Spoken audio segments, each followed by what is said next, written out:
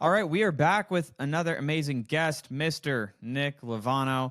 Guys, this is actually someone that I've been friends with for over a decade. We have some similar history in in businesses that we've been involved with, and I'm really excited to have him on and to share his journey and his story, and for us to get into tactical information around scaling, from building good teams to marketing, sales, and really just creating a successful business. So Nick, thank you so much for being on, and I don't want to steal your thunder too much, but would love to have you share your background. How the heck did you get into business, entrepreneurship, and through that journey, fast forward to today, and what the heck you're building now? Yeah, well, great to be here, Cody. You said it best, man. Like over a decade of us, knowing each other plus, and there's always that first business, at least for me, that catapulted, just the entrepreneurial journey, and then still the success that I have achieved today. So, excited to be here. Uh, my story is short and sweet, and I'll kind of condense it for the viewers. But just grew up in a traditional household, like the majority of Americans, and I thought that obtaining a good degree was the best way to become successful. That was like my idea of success. My parents both did that and became successful in corporate America. Fast forward to college, right before graduation, I realized that the majority of my colleagues before were working jobs that just didn't require degrees. So I was, like most probably college kids getting ready to graduate, definitely freaking out a little bit and didn't really know what, to do until I got introduced to uh, multi-level marketing about 6 months before graduation. So uh, it was getting introduced to that industry that created everything you see today. And I think a lot of it stems from like the personal development, because I never heard of personal development in all my years of going to school. Never heard of self help books, and Mm-hmm. I think last I just didn't. I never was really exposed to a higher level of thinking and just entrepreneurship in general. So it was that industry that definitely got me going. Yeah, and I mean that's where we originally met, was back in the multi-level marketing days. And it is interesting, and this is fun to talk about, because I think most business owners that become business owners and didn't have the path that me and you both had, going into multi-level marketing, network marketing as one of our first adventures, is most business owners, they don't go and get indoctrinated into personal development the way that we did. Like, we were getting pushed on us, like, read Darren Hardy, The Compound Effect, read Robert Kiyosaki's books, listen to Jim Rohn. It's like going and doing those things, and the Bob Proctor teachings that we got at an early Mhm. age. And it was all of that that was consistently being basically forced down our throats, but in a positive way, because Yeah. I know we were eating it up. It was just like, oh my gosh, like, you can set goals and you can have things that you want, and like you can create life by design, and you can have oh, you want that car, you can go get it. Or, oh, you want to live in this type of area or this type of house, yeah, like, you can go get it. It's like, there is never, I mean, I don't know. It sounds like similar, pre that for you as well. Like, there wasn't places that I was going that I was hearing that. It was like, get a job, get good grades, graduate, call it a day.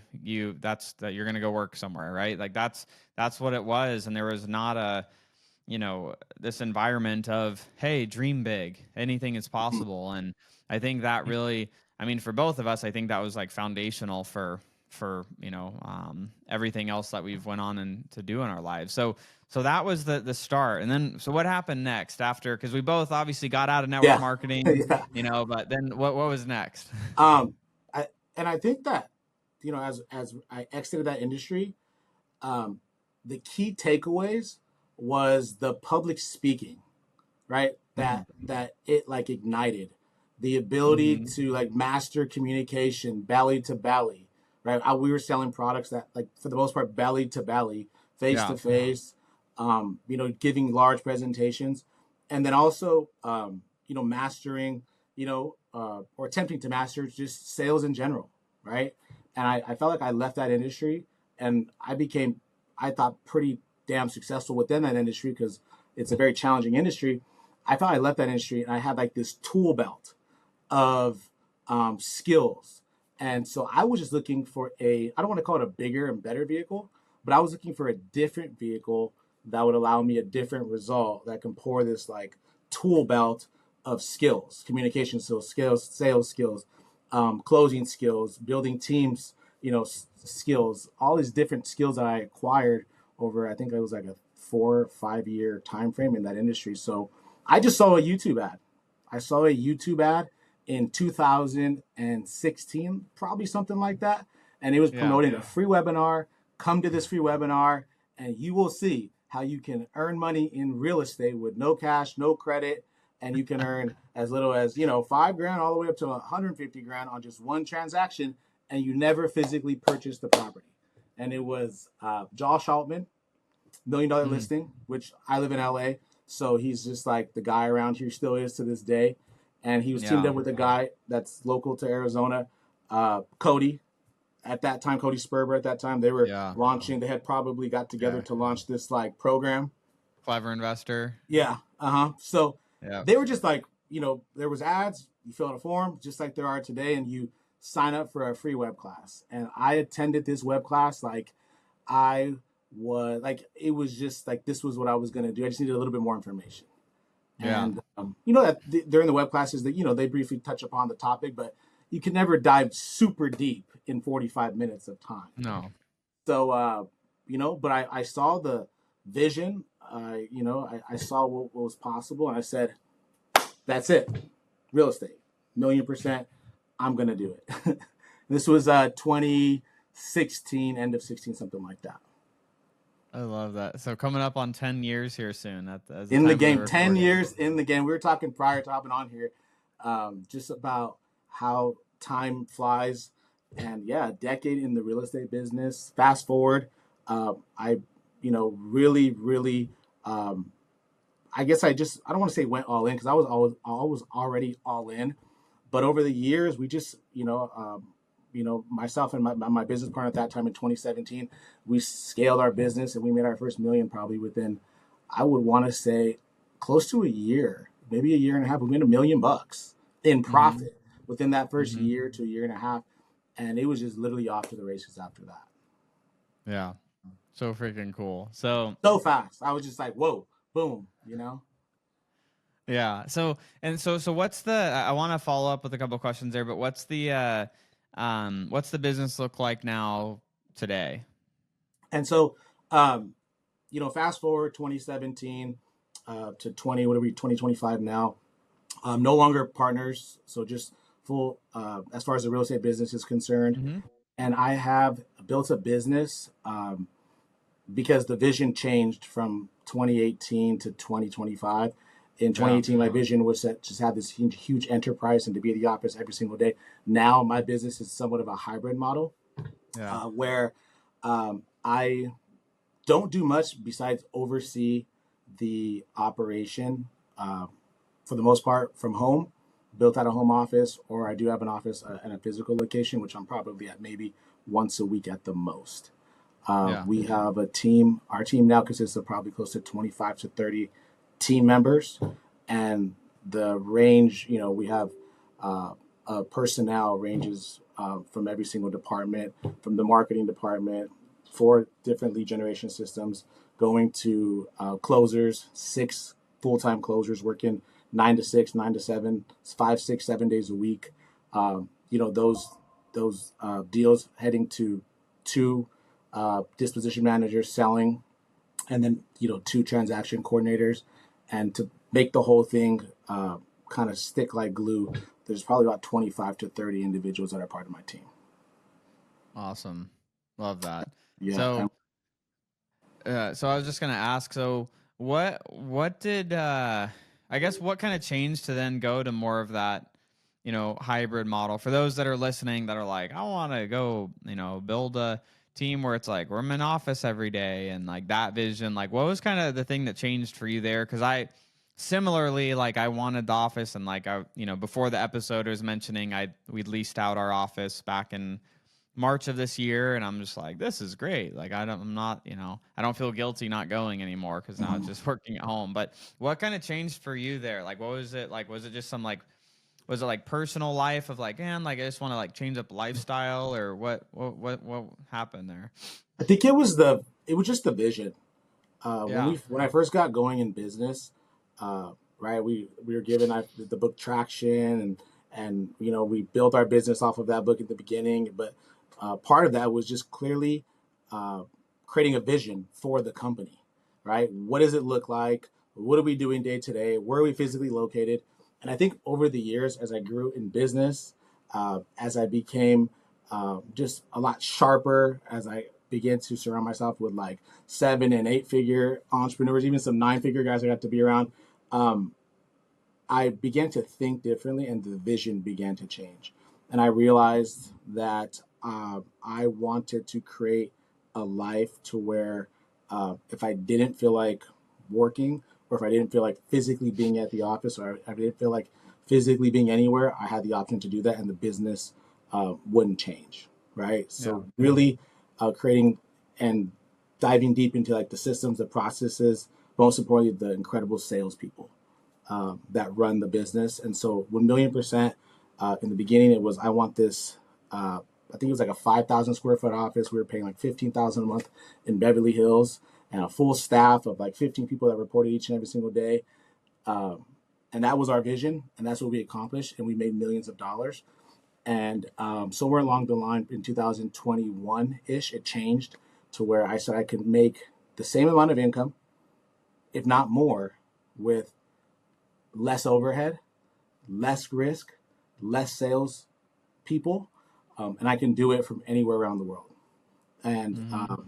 I quickly transitioned, and I think the special part is I'm a natural workaholic anyway.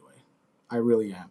I can only vacation so much, Yeah. um, and so I think that also does tie into my company's success because I genuinely love building. I love training. I love, diving like into the field from time to time and showing my team like, hey, I'm not just going to tell you what to do. I could show you what to do and lead by example from time to time. So I genuinely love the business. Yeah. Yeah. No, that makes sense. And so it's just like, having more choice versus like feeling like forced into having to do it, right? So that makes sense. And I'm on the same page there of like naturally sit more in the workaholic seat too. Like I just like to work. Even, when I was telling you before the episode, me and my wife were going to Europe for a couple months, and this at the end of coming up on fall, and I I'll still be working. It's just like different. And I've found that even on vacations, like there's certain times where it's like, hey, like we're doing excursions. Like I'm not working obviously on when we're doing excursions or different things like that. But if it's just like while we're hanging out there, I feel like I could at least fill my cup with like 3 to 4 hours of good work for the day, and where I feel good enough. Because if I go too many days without doing that, I don't know. I just feel like I'm not progressing, and Mhm. I just get kind of bored on vacation. Just like you could only just eat so much, just good food, and like go to the beach so much, and like it's Yeah. like yes, all those things are great, but it's just like I gotta feel like I'm progressing. I want to feel growth in areas. I can't. I feel complacent if I'm just sitting around too much. Yeah, no, 1,000,000%. And I think one of the things that's worked so well um, is incorporating like my girlfriend into the business as well. She Mm, works, and she holds an important role at the company. So that is great because it allows us something to do together that's progressively growing together, and we can do it anywhere around the world, right? With a cell phone and a laptop and some free time. So I think that has been incredible. Also, I think when it comes to the vision, when I was running that sales organization, the in person, right, hoorah sales organization, I was living in Hollywood, California, in a high rise. I had so you've my, moved out of that spot? I did. I Okay, moved yeah. out. I was there for 5 years. I think I was paying, it got up to like 9,000, then 11,000 a month in rent. And that was part of my vision. When I first became an entrepreneur, I said, I want to live in a high rise, a penthouse. I want a Lamborghini. I want another daily car. I want a big office in Beverly Hills, and I want a bunch of jewelry. And I know if I'm happy to be single, then I'm happy to be single. I'm gonna, live that bachelor life, and I did exactly that because Yeah. I clearly defined my goals. And people watching may be like, "This guy's crazy, right?" But there's a certain part of me. Actually, there's a whole part of me that says I'm extremely grateful and glad I did. I accomplished my goal because I don't necessarily. Those aren't my goals anymore. I've just accomplished them. They were, things that I wanted to Yeah. do. Um, and so now, yeah, I ended up moving out of the penthouse, bought a house here in the suburbs of LA, and different lifestyle, but incredibly, incredibly enjoyable. Yeah. No. It's so funny how, I think just over time, like, wants, desires change. Like, we're both car guys. We both like cars, It's like um I remember being like in my like late teens, like early 20s, and I was just like, I want to have like 10 cars, and like, it's like every different thing, that I could have. And it's I still love cars, but I just sold my Huracan like a month ago, or maybe it's been a little over a month now. Yeah. And I was like waiting to start feeling sad, and I was like, I didn't feel sad, and I was like, dang, I guess I didn't care as much. I sold it because wasn't driving it as much. Like, I just, just in the summer here, it's really hot. The engine's right behind your head, so it's just like it. Even with AC, it just is really hot and not super comfortable to drive in the summer. So I was Yeah. just kind of like, yeah, like I'll sell it, and I don't know, maybe I'll get something else and down the line. But it's interesting because I just remember like my 21-year-old self would be like, just shook that I would be even consider, selling that car. And I think just over time as that changes, I didn't live as long in like a downtown area, but me and my now wife, girlfriend at the time, we lived in downtown Phoenix and the high rise, and we did that for a couple years, and that was super fun. And then we're like, all right, we want some land, and so we Yeah. moved out to the suburbs, and we wanted like an acre so we could have dogs and eventually kids and have some space.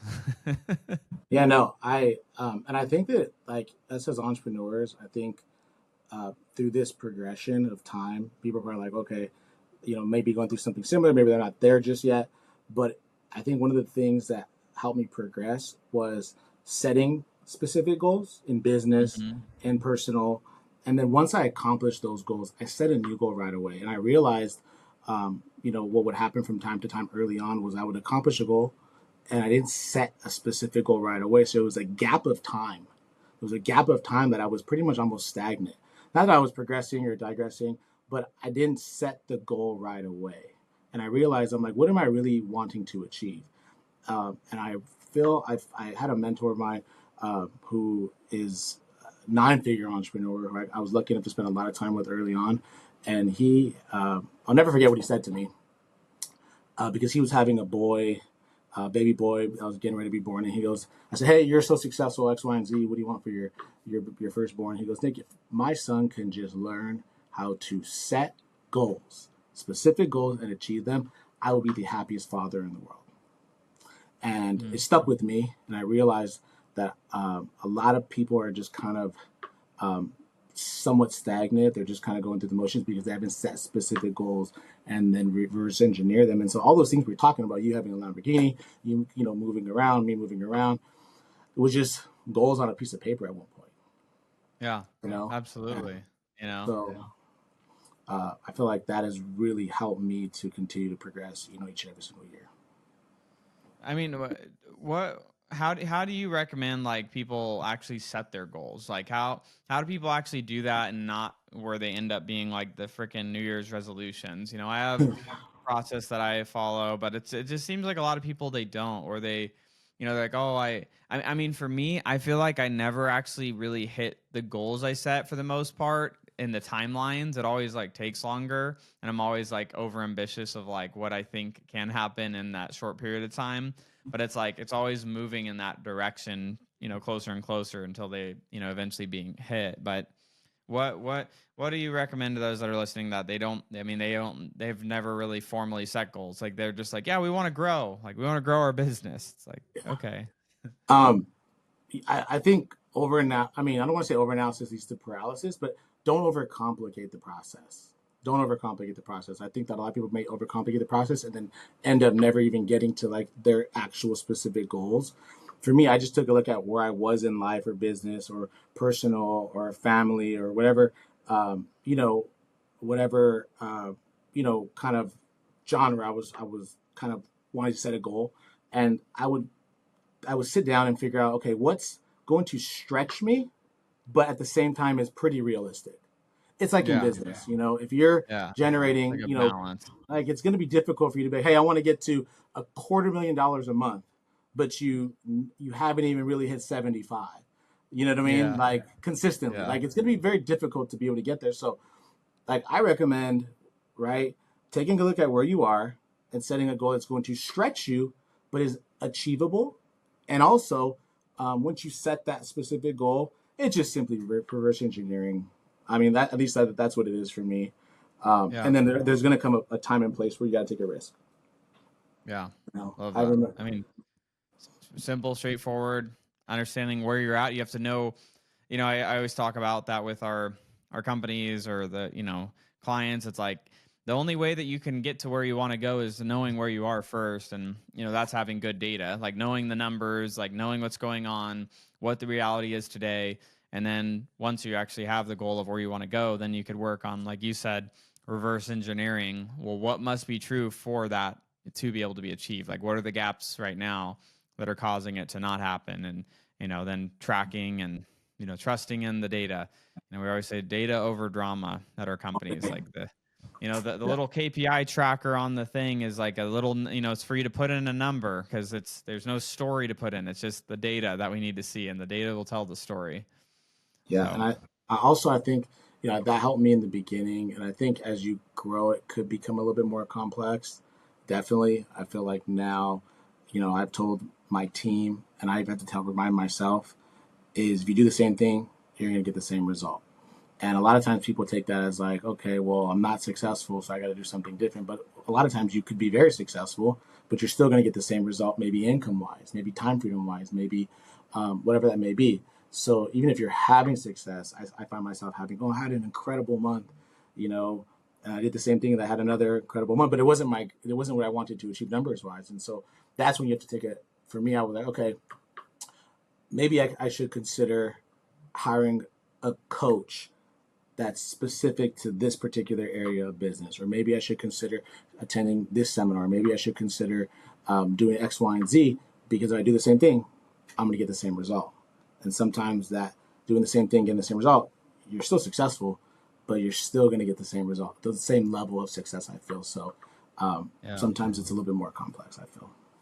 yeah, no, 100%. And I think just from our both of our backgrounds, that's something that I don't know. I over the years, I've spent so much freaking money on coaches, mentorships, masterminds, courses, all of the things, and I it's interesting to me whenever I talk to a business owner and they don't do that or they aren't willing to do that, and it's like, man, I feel like the cheat code in business is being able to learn from mentors or people that have already made the mistakes that you're on the path to making, and having them be able to shorten that thing up. It's like I don't know, I look at that as like, if I'm going to go to Disneyland, I want the fast pass. Like, I don't want to wait in line for Yeah. Splash Mountain. Like, I want to go on Splash Mountain 3 times when the one person or that other person that went in the long line went once. It's like I want to go faster.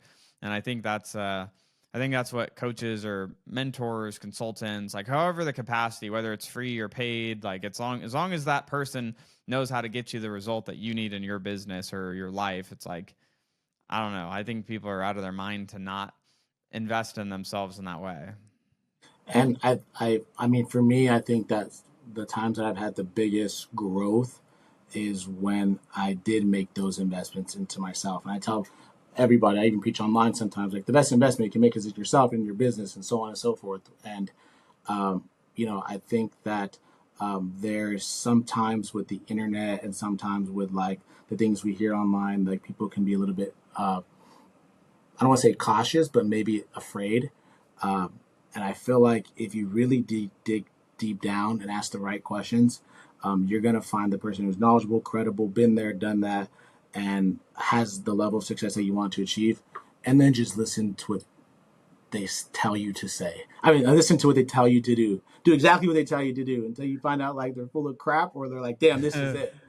And time will reveal itself over and over and over again. I've seen guys, no names mentioned, reach this crazy low of success in this industry they had no business being in.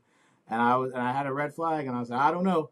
And then 3 years later, 2 years later, 4 years later, it's like, oh, well, time just revealed itself. They really didn't know what they were doing. They have lawsuits and they have this, and it's just like, I don't want to, laugh and giggle off at anybody's expense, but time oftentimes reveals itself: the good, the bad, the ugly. Yeah.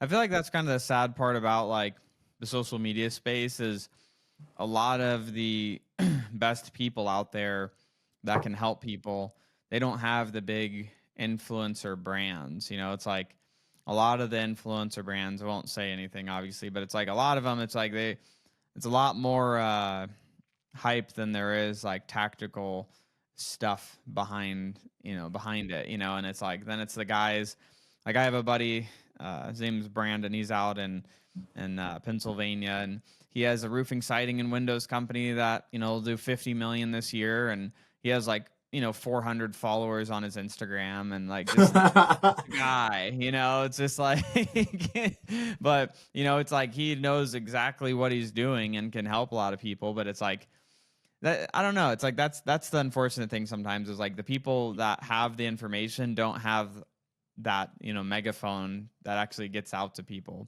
and and then you have people that have 2 million followers, and they're trying to tell people how to do something that they've never done.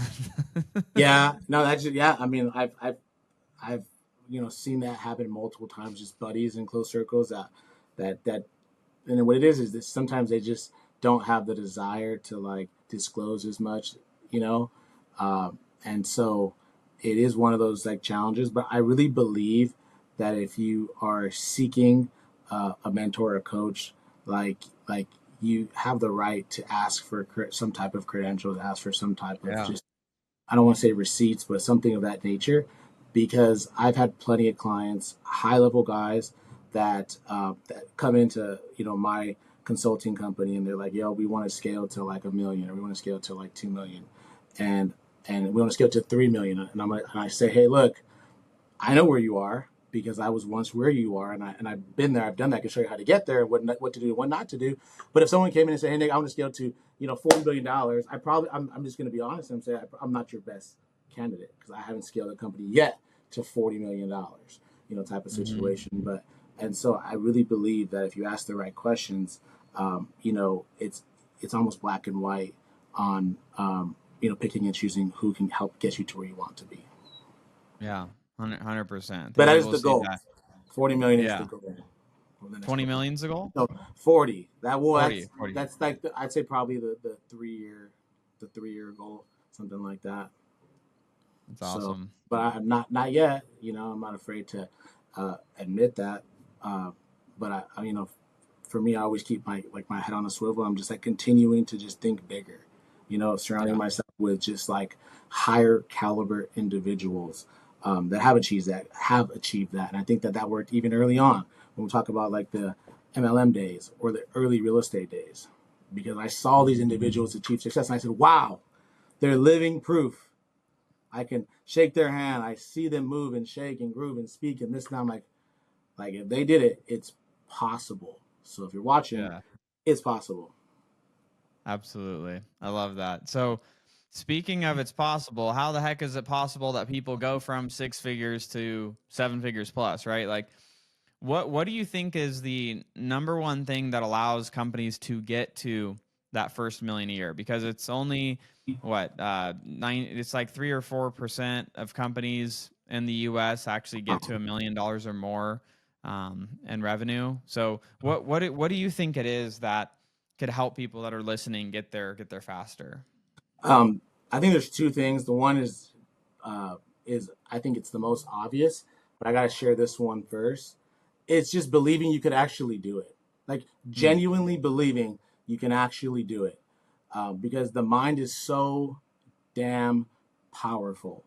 And this goes back to like affirmations and things like that, and setting goals that are achievable, that they're going to stretch you, but actually attainable. If you find yourself in that realm where it's like, yeah, I can really get there, it's going to stretch me, and I know we can get there, like really believing, right? I want to say that I've worked every single day on mastering my mind and manipulating my mind to genuinely believe I could achieve certain goals. And then number two, depending on the industry, it's building a team, because I found, obviously we can accomplish 10 times more, right? Um, in business, in revenue, accomplishing things with a team. And for me, I like to specifically um, integrate specific people in specific roles and have them mainly only focus on that role. I like to compare it to like a McDonald's. Like, I'm going to recruit someone and they're going to be the best damn register customer service person that there is. And they're not going to be the cook. I'm going to recruit somebody else and they're going to be the best damn cook. I'm going to recruit somebody else and they're going to be in charge of janitorial. I'm going to recruit somebody else and they're going to be in charge of accounting. And trying not to mix and mingle so much, because like a jack of all trades is a master of none. So for me and my company would scale this massively is inserting people in the correct roles and making them the best acquisition manager, or the best marketing manager, or the best discipline manager, or the best so on and so forth, and really working with them, because once they're all operating at the highest level in the right seats, it's magic. It is magic. And I feel like over the next couple of years, I often, like you kind of, Cody, I know you were primarily, I believe just primarily real estate. Now you're in different industries. Yeah. 1,000,000% the goal, because I feel like, you know, um, you can take this, and I don't want to say it's like plug and play, but uh, it's definitely the next big step. So I'd say mindset, and then building a sales team, and making sure everybody's in the correct roles. Love that. It's one of the most common answers that people say is around sales. And I think that is like one of those, like getting to that first million, like building, like having consistent sales coming in, like enough leads coming in, converting enough of those opportunities. And I think that point on having the right people in the right seats, man, what I found over and over again is a lot of times these small business owners, they're hiring these generalist roles because that's all you could really afford when you're, doing a couple 100,000 or whatever a year. That they're just like, they're a warm body that's like, I'm willing to work, and they're just kind of doing different stuff. Like they're kind of like do a little bit of this, a little bit of that, but they're not like, honed in on one specific area. And I think, as you get over that million a year range, and like you're getting people aligned, and like there's not overlap of, Bob and Susie are both doing the same thing sometimes, but other times doing different things. It's like having that clear alignment of clarity of the role for each person in the org, like clarity of their goals, their KPIs, so they know exactly what they're accountable for and what winning looks like. And the more that gets aligned, then I feel like the business can just hum along more and more and more, and you're not as stuck. And the other thing I think I see too is a lot of times people will over title their team members when they're small, and then as they get bigger, now they need those bigger titles, and they're like in this weird spot of like they're like, this is my COO, and I'm like, dude, I had a guy that I met at this event, and he was doing like 1 million a year, and he's like, he had his team with him. He's like, this is my COO, my CMO, and this. And I'm like, dude, like, how do any of these people even get paid? Because like those are all 6-figure salaries, dude. Like this is your entire revenue for the year is and should be in salaries and that level of titles. And the problem with that is like then you actually need a director of operations when you're at 2-3 million a year, and you got this COO that was just like your cousin Susie that was willing to like work with you when you weren't making much money, and you gave her this title. And that's just a whole other thing. That's pain and suffering by mistitling roles too. And what's funny is early on in 2016, we made that common error of Yeah, I did it too. That's why I yeah, can laugh you about it know, now. we even had plaques. Like we're gonna we went on the websites. We got plaques shipped to the office, at the plaques on the doors and everything, and we made it super official. Um, and it's just part of that just like we were super young building this whole thing, but I remember making that same mistake. And I think that, you know, man, I remember like I don't even remember my specific title. I was a co-owner, but like I think I was like the COO, CEO, and I'm like, yeah, it was definitely a fun time for sure. But I could definitely like relate, and now I don't. Luckily, I don't. Do you see that as common? Because I haven't seen it as common anymore in like the companies that I've done some consulting with. Is that, do you see it all the time? I see it a decent amount. I think, like in being around in like different meetup groups and events, like I think maybe just I see it more in some of those groups. I don't know if it's like some industry specific stuff that we see it, like in a lot of home service businesses. It's yeah, definitely a lot of over titling, but that's definitely problematic for sure. So for those listening, don't make that mistake. And because the other problem too is like if you call someone your COO and like you're doing 1 million a year and you're probably only paying them like 50, maybe or 60, they're gonna Google what do CEOs make and or COOs make in that area, and it's like, oh, I should be making 200 grand a year. Like it's like, Yeah, uh, I feel like, you know, and again, I think there's just different philosophies. I probably feel like I'm a little bit more old school. I'm not gonna lie. I feel like I'm a little bit more old school, and I think it has to do with, um, like the my early on like sales training. I don't know if you remember Jed, yeah, yeah. JED. Luevano is. Yeah, and I remember man, he reminded me of just such an old school sales trainer because he was trained from even older school sales trainers. And so, you know what I mean? Like he was like the guy I spent the most amount of time with.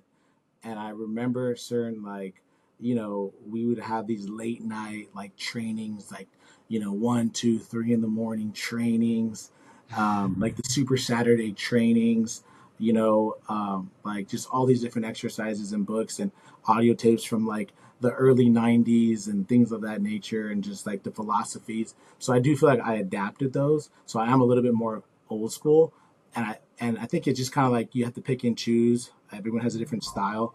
I think what's worked really well for me is the confidence that I have in my ability to operate every single department at the highest level. So I'm not necessarily training as much anymore from time to time, but I know that my team, um, you know, knows that when they're spending time with me, I'm leading by example because I held each and every single role early on in my business. And it's not, you don't have to build it that way. You don't have to do it that way. That's just kind of what ended up happening.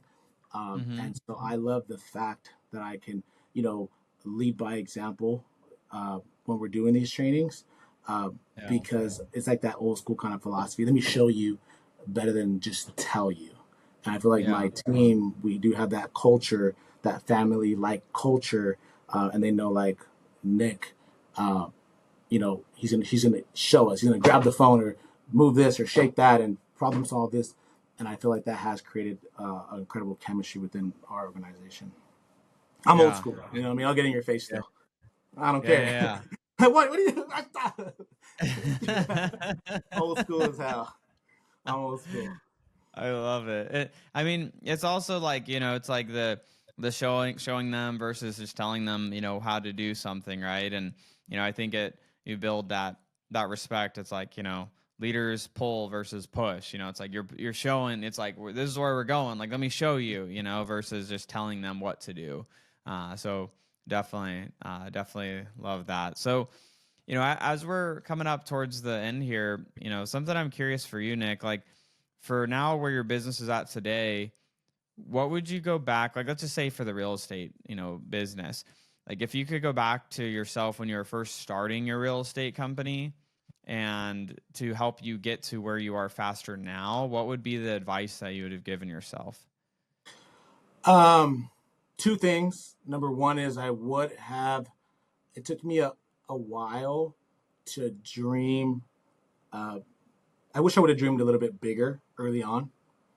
I Mm, feel like I for some reason, you know, I'm believe it or not, a lot of people look at me and they think that I'm like the visionary, but for the most part, I'm kind of like the integrator. Um, mm-hmm. you know, if I were to have a partner, I would be most likely like the integrator. I have more integrator characteristics.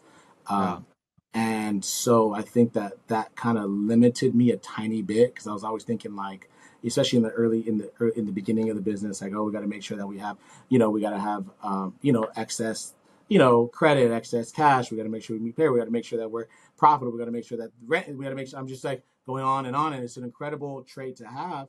But I felt like it kind of limited me in the beginning. So I wish I would have thought a lot bigger, a lot sooner. And then once I Mm-hmm. finally was able to kind of flip that switch, massive success a lot quicker. It's like a snowball effect. So I think Mm-hmm. first and foremost, in the beginning, now I don't have that issue because I've been around a lot of people, been in the business, so on and so forth. But in the beginning, when you didn't have a lot of success, dream a lot bigger, a lot sooner. How would someone Definitely do that? How would someone do that? It's just getting around other 7, 8, 9 figure entrepreneurs to help them dream bigger. getting around them, 1,000,000%. I remember when I started Mm-hmm. attending events and meeting other entrepreneurs, investors, and so on and so forth, and seeing it was like a big eye-opening moment for me. Like coming out to even Arizona to a bunch of events, flying to Vegas for a bunch of events, flying to masterminds. I paid like 25,000 to go spend a weekend with a billionaire in 2000. What was that? Maybe like 1920. It was like 25K for the weekend. Like, and I got to go to his ranch and do this and do that, and then I went to Florida and spent some time with some super high level guys. And so I would say 1,000,000%. But in the beginning, I wasn't spending 25 grand. I was like spending like $1,000 on a ticket to be here. So to be Yeah. somewhere. So, um, definitely being around it, because once you see it, you touch it, you feel it, um, you'll never forget it. You never Yeah. forget it. You never forget shaking his hand and so on and so forth. That conversation, or you being on that yacht, or being in that mansion, or being in that house, or being in that car, whatever it may be. So I would say Yeah. 1,000,000% getting around it uh, Mm-hmm. as much as you humanly possibly can, especially in the beginning, Yeah. uh, uh, for sure. And I think the second thing, if I can go Mm-hmm. way Yeah. back, um, way back when, is definitely probably take, like I said, a little bit bigger risk in the beginning, and also probably buy more real estate, because I 1,000,000%, and I don't want to say I got caught up with the Joneses, but I got infatuated with my goals.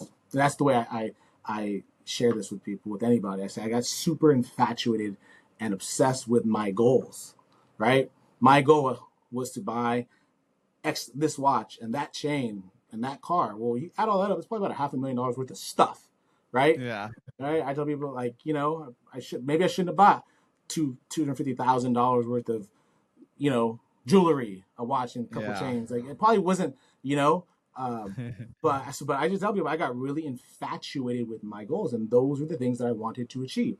Um, Yeah. and so I definitely wish I would have probably hired a mentor, hired a coach, or somebody who's been there and done that, because it's not just the financial thing where it's like, okay, I probably should have bought a little bit more, but it's also just the things that you encounter as an entrepreneur, as a younger entrepreneur making X amount of dollars, traveling the world. I did sit with a gentleman who started to share insights with me, and this is actually one of Alex's buddies, Morton, and Mm-hmm. he had mentioned something along the fact that, like, as Alex progressed, he started to notice certain things, and so throughout his life, because and so I should have found different mentors uh, to help me in different areas, not just business, not just Yeah. finances, but also your personal life, right? Maybe Mm-hmm. you shouldn't go to the club and spend 15 grand on bottles. Like, is that really necessary, right? Like, is it really necessary? You know what I mean? I guess there's a time and place for everything, but is it really necessary, Nick? Things like that, Um, Yeah. and so, or hey, really, if you're going to travel to this part of the world, or you're going to be around that environment, you should probably look out for X, Y, and Z, right? Mm-hmm. Because X, Y, and Z could lead to things, and that you may not like, right? Yeah. And so, if you're out there and you're a up and coming entrepreneur, male or female, uh, look for mentors that can help in different areas of your life, not just the trainer physically, not just, my mentors that help me scale my business, but also people that have been there and done that on a personal level, because they've experienced making X amount of dollars and what could take place if you have too much time on your hands, you know? Yeah. So, that as well. Just hiring more coaches, more mentors, and that's why I love the consulting business now, because I encounter especially young men, all walks of life. I'm Hispanic, so I do attract a lot of the Hispanic young up and coming entrepreneurs that are super hungry, and I'm able to share with them certain things that I wish I probably would have learned a little bit sooner. But long story short, I'm able to share with them certain things that will dramatically change their life, not just No. financially, but on a personal level. So I love that stuff. Yeah, no, super, super good nuggets. For me and everyone listening, as far as get just setting yourself up better to make better decisions, and I think a lot of it comes around like listening to podcasts like this. It's finding those mentors, finding people, and the areas of your life that you're looking to get that insight into, and that actually have the receipts in those areas that you're looking for help. It's like, don't go ask the guy that's been divorced 4 times about, marriage advice, or, just like that type of stuff. Right. So, as we're wrapping it up here, Nick, where could people find you? Do you want people to go check you out on Instagram, or, yeah. And then Yeah, I'll make sure that we get it in the show notes. yeah. Best way to connect: Instagram. It's at Flip King. Uh, I am making it a priority. TikTok. This actually Q3, Q4. So Nicholas Luevano TikTok, Nicholas Luevano Facebook, Nicholas Luevano YouTube, but probably the most active on the Instagram and probably the Facebook, believe it or not. So reach out to me, and appreciate you having me on. I think that it's incredible because, man, like for somebody watching this, uh, I hope that you feel and like Cody and myself, we got to blessed to experience so many of these different obstacles on the journey to where we are now. And I'm not gonna lie to you, I feel like I'm sure you probably would attest to this too, Cody. I feel like I'm just getting warmed up. I feel like we're just Yeah. getting started. I feel like we haven't even like reached our level of fulfillment just yet. I feel like we haven't even scratched the surface, and so that's why I have a genuine joy, building the business, waking up in the morning and navigating and moving and shaking and causing a ruckus because um, we haven't even scratched the surface yet. We're just getting fucking started, and it's already been 10, 12 years. So let's go, baby. Yes, sir. I love it. Well, for everyone listening, we'll put Nick's info in the show notes, and we'll see you guys in the next episode.